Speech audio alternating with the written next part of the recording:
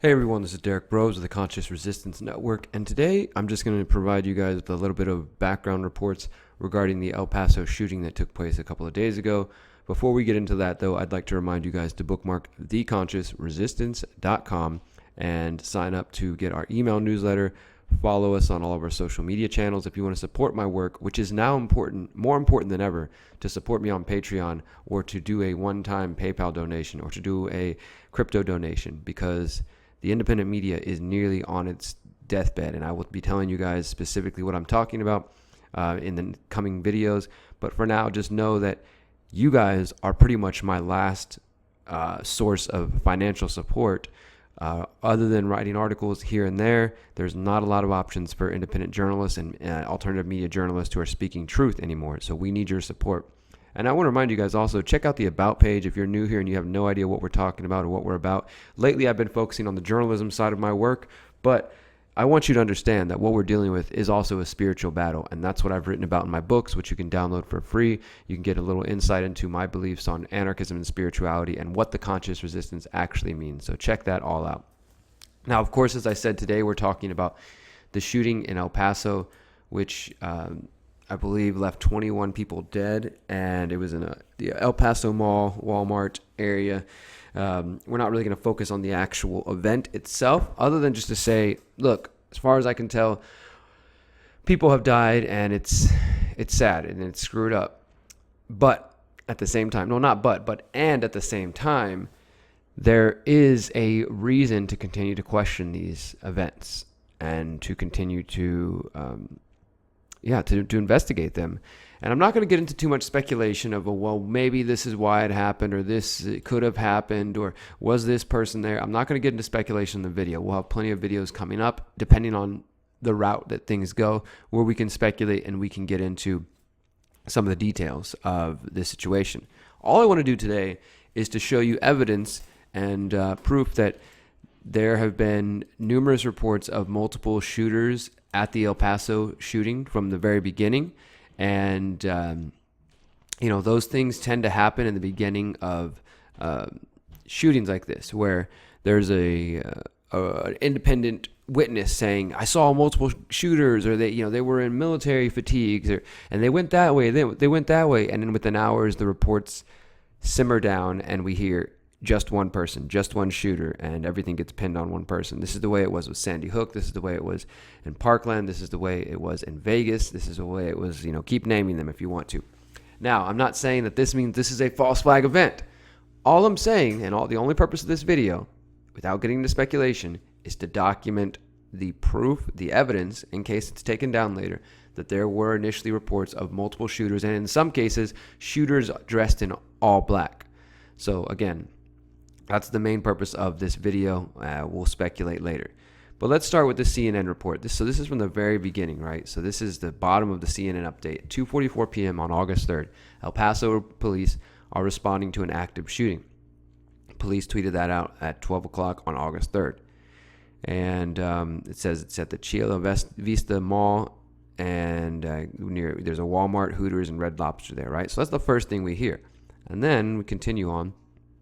Nearby businesses are in lockdown. Beto O'Rourke urges his hometown to stay safe, yada, yada, yada. Here we go. Police say they have reports of multiple shooters. So this is 3.5 hours after the shooting was first initially reported by the police. They say it is still active. We have multiple reports of multiple shooters. Please avoid the area. Police are conducting search of a very large area. So again, reports of multiple shooters. That was at 3:30. And let's continue here. Says the Olivia Zepeda, chief of staff to El Paso's mayor, says suspects were in custody, but did not say how many people were injured or how many suspects there were. So again, suspects. Now, as I said in the beginning, lots of people might get rounded up because anybody looking suspicious is going to get grabbed and, hey, this might be one of the shooters or this and that. And then maybe they figure out, okay, there was only one person and things calm down. That's kind of the mainstream story that they say. Now, you can see here a little while after that, they start quoting the 2020 candidates. They're still talking about there being a shooter, but they finally then about, let's see. Here we go again, 3:30. 3 suspects in custody, says the mayor. Multiple people are dead. Several people transported to the hospital. Police are searching multiple scenes. And the mayor says there's 3 suspects. So this is still 3:30, 3 hours later. They're still saying multiple suspects. Trump has been briefed on the shooting. And then we start to get to a point where they narrow it down and say it was just this one person, and he acted alone. So let's get to that. Look, we don't care what the 2020 candidates say. Now, 4 o'clock, El Paso police say 1 suspect is in custody. And now they're saying that only 1 suspect in custody, and they don't believe any other suspects are outstanding.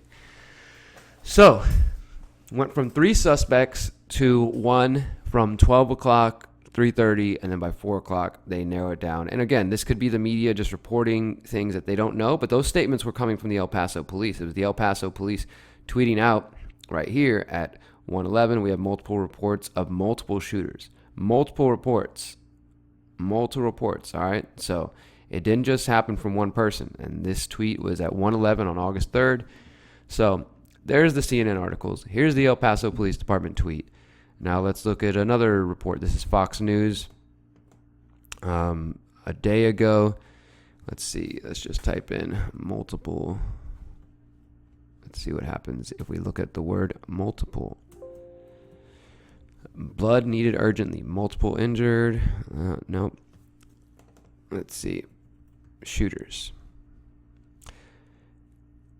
The Democrat, so O'Rourke said he'd heard early reports that the shooter might have had a military-style weapon. Yeah, so excuse me, guys. I thought this one was also talking about multiple shooters. Let's see. Suspects. Let's search suspects. The suspected gunman has not been publicly named.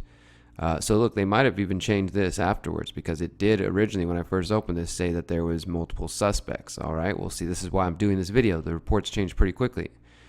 Let's look at this one. I pulled up another one that earlier said multiple suspects. Let's see if it's changed. El Paso police, 1 in custody, reports of multiple shooters appear inaccurate. Well, let's hear what he has to say. Paso Police Department, just a tactical brief self. At this time, I'll take any questions. Sir, the mayor said on CNN 3 people have been arrested. At this time, we have ruled out multiple shooters. It's still active, but as of right now, we have 1 person in custody. We don't. I don't have this. I don't have the status of the suspect right now. And Do we have passed away, sir? I don't have that confirmation. I know we do have injured. I don't know their status or if there's any.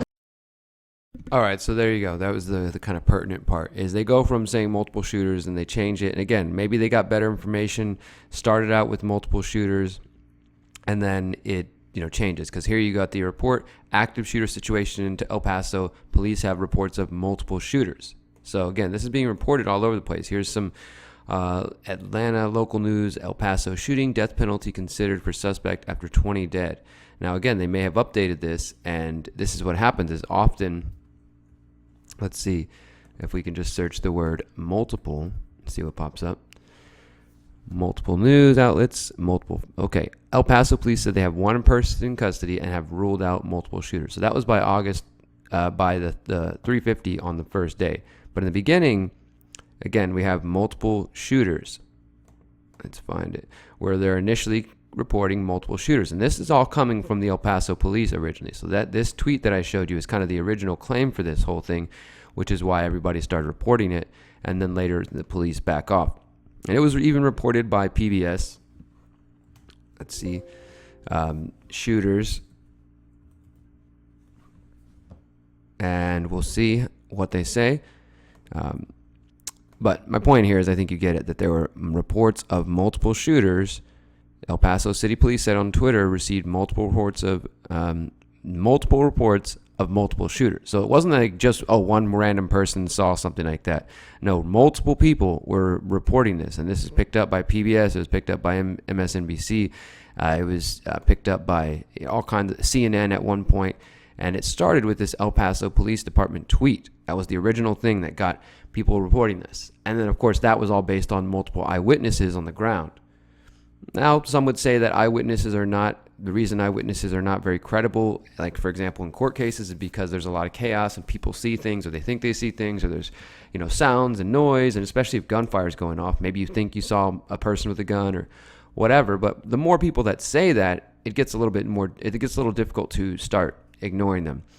And I even saw that Jason Burmis, he had a clip from a lady on Twitter who was sharing her story of seeing multiple shooters and describing them dressed in black. And again, this sounds similar to what we've heard in Sandy Hook, what we've seen in Parkland, what we've seen in Vegas, of reports of multiple shooters and multiple places, and then quickly whittled down to just being the story of one person with a assault rifle shooting 21 people, which is pretty surprising, honestly, to think that this young dude could be able to kill all these people that quickly. But maybe if you're in a crowded room, you just shoot and fire, and then lots of people die, unfortunately. But we cannot forget, and we should not forget, that originally there were reports of multiple shooters. I'm not going to speculate any further. You guys can do that in the comments below. The only purpose of this video is to document these reports. All right, guys.